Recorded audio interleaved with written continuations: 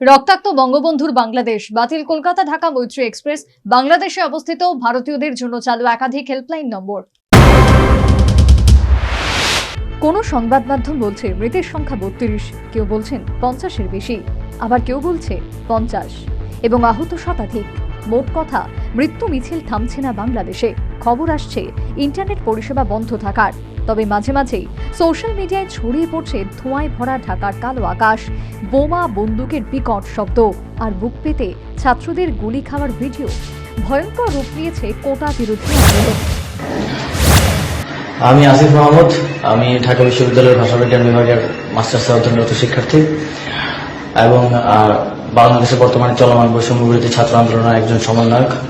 আমরা দীর্ঘদিন ধরে কোটা বৈষম্যের একটা স্থায়ী সমাধানের জন্য চাকরিতে বাংলাদেশে যে অতিরিক্ত মাত্রায় কোটা রয়েছে সেটির সংস্কারের দাবিতে আন্দোলন করে যাচ্ছিলাম।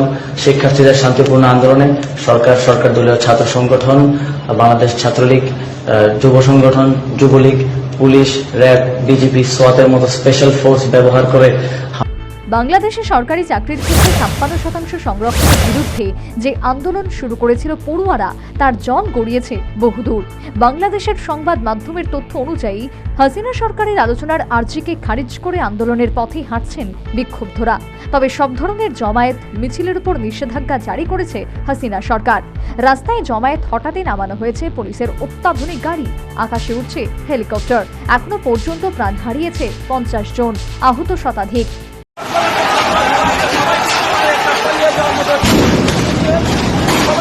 দেখতে পাচ্ছেন যে পুলিশ যে নিয়ন্ত্রণ করে পারছিল না, কিন্তু এখন কিন্তু অলরেডি পালিয়ে নিয়েছেন পুলিশ বাহিনীগুলো। আর এখন কিন্তু সবাইকে মানে পালিয়ে যাওয়ার মতো অবস্থা হয়েছে। রাখি যে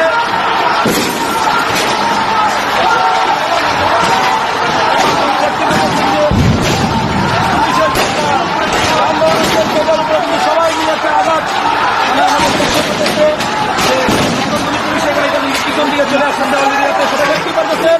এই যে দেখুন। তারপরেও পথে নামছেন সকলেই। পাশে পাচ্ছেন দেশ বিদেশের বিভিন্ন পরিচিত মুখ, আন্তর্জাতিক সংগঠন ও বাংলাদেশের বিভিন্ন বিরোধী দলকে। বাংলাদেশের বিরুদ্ধে সরব হয়েছে আমেরিকাও। এমিরেটস বাতিল করেছে সমস্ত বিমান, তবে এখনও এই বিষয়ে নজর রাখছে দিল্লি।